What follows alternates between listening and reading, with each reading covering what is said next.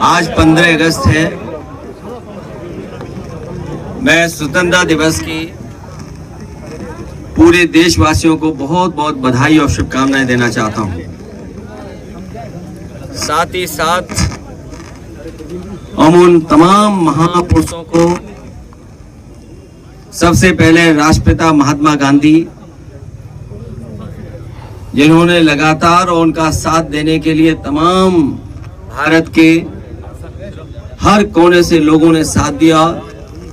राष्ट्रपिता महात्मा गांधी के आह्वान और लगातार क्रांतिकारियों के संघर्ष और अनगिनत लोगों की कुर्बानी के बाद हमें भारत देश आज़ादी और भारत देश को आज़ादी दिलाने में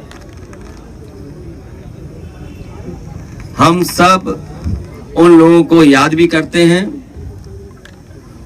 और आज के दिन ये संकल्प लेते हैं कि जो सपने स्वतंत्रता सेनानियों ने देखे थे, उन सपनों को पूरा करने के लिए लगातार हम लोग काम करते रहेंगे। एक तरफ मणिपुर जैसी प्रदेश में जो घटना हुई, वो दुनिया में कहीं भी किसी देश में ऐसा नहीं हुआ होगा।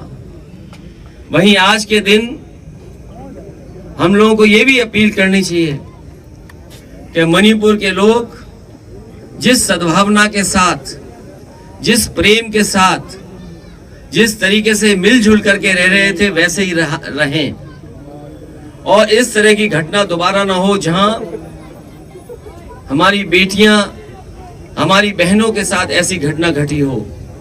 न केवल मणिपुर बल्कि देश के किसी कोने में इस तरह का व्यवहार किसी महिला या बेटी के साथ न हो। दुनिया बहुत आगे बढ़ी है। जिस रूप में हमारा देश आजाद हुआ था, जो हमारी सीमाएं थी जब आजादी हमें मिली थी, वो हमारी सीमाएं सुकड़ी हैं। सरकारें जो भी रही हों, लेकिन कहीं ना कहीं हमारे भारत जो आजाद हुआ था, उस समय जो हमारी सीमाएं थीं, उन सीमाओं को सिकोड़ने का काम पड़ोसी देशों ने किया है। आज के दिन 15 अगस्त जब पूरा देश स्वतंत्रता दिवस मना रहा है, तो हमें भी ये संकल्प लेना चाहिए कि जिस कुर्बानी और जिस संघर्ष के बाद आजादी मिली हमारे देश को, हमारा देश जहां मजबूत हो, वहीं सीमाएं भी हमारी बहुत सुरक्षित रहें। मैं एक बार फिर आपके माध्यम से पूरे देशवासियों को स्वतंत्रता दिवस की बहुत बहुत बधाई देना चाहता हूं। उनका हम आकलन करें अगर, तो लोकतंत्र में जो स्वतंत्रता होती है, उसमें हम कहां खड़े हैं? हम प्रेस की आजादी में कहां खड़े हैं? हम करप्शन में कहां खड़े हैं? ये कहने को तो ठीक है, हमारा डेमोग्राफिक जो पैटर्न है, कम उम्र के लोग ज्यादा हैं। जो भारत की आबादी में 40 साल से नीचे वालों की संख्या बहुत है।